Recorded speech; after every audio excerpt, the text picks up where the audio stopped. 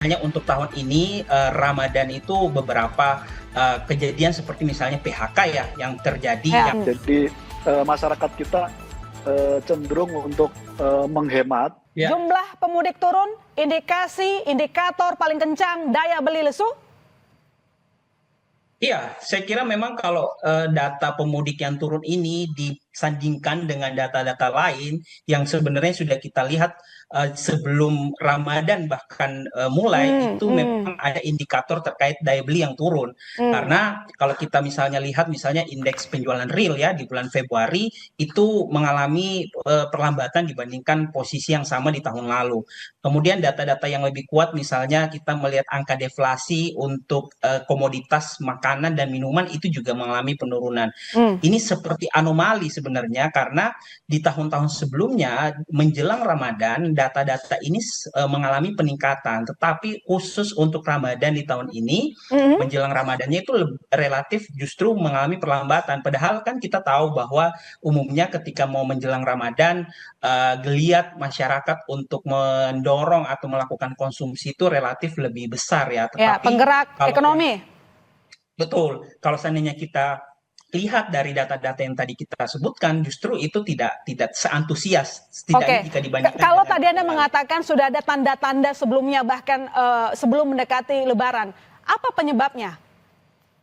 Ya, menurut kami sebenarnya ini adalah akumulasi dari faktor yang terjadi di tahun lalu dan juga di tahun ini. Kalau kita lihat misalnya untuk tahun ini Ramadan itu beberapa kejadian seperti misalnya PHK ya yang terjadi, Ya, yang ya, oke. sayangnya terjadi di industri padat karya itu akhirnya ikut berimplikasi terhadap kemampuan daya beli masyarakat. Karena sekali lagi Ya, industrinya yang memang punya karakteristik angkatan kerja yang besar.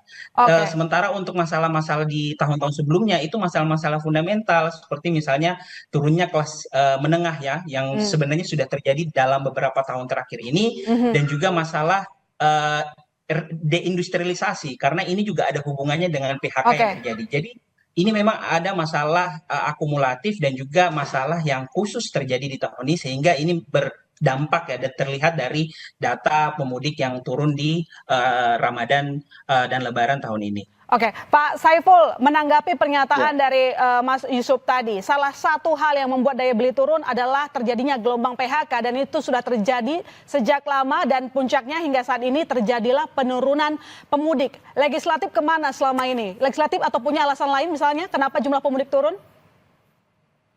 ya, memang banyak faktor memang yang kita bisa analisa kenapa pemudik kita turun. Memang kalau dibanding dengan tahun 2024 memang turun.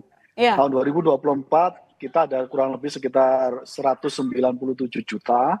Tahun ini diperkirakan 147 juta. Iya. Jadi memang ada penurunan. Nah, ada fenomena menarik Mbak terakhir itu, ada kecenderungan pola mudik masyarakat kita yang berubah. Jadi kalau kemarin sampai hari H memang tidak, kita lihat memang tidak ada lonjakan yang cukup signifikan dibanding tahun sebelumnya. Iya. Nah, saya melihat memang ada pola yang berubah. Mungkin saya membayangkan mungkin pasca Lebaran plus 2, plus 3, mungkin ada yang baru mau melakukan mobilisasi untuk mudik Lebaran. Itu yang pertama ya. Yang kedua, ada tren baru yang disebut sebagai frugal living itu. Jadi masyarakat kita cenderung untuk menghemat dari situasi mudik Lebaran ini. Menghemat dalam pengertian mereka sengaja untuk tidak mudik dengan pertimbangan ingin menghemat biaya hidup mereka gitu. Nah karena itu mereka menunda itu. Nah tren ini juga akhirnya mempengaruhi kenapa mudik Lebaran kita relatif turun dibanding pada tahun sebelumnya. Karena tren frugal living itu baru terjadi memang tahun ini.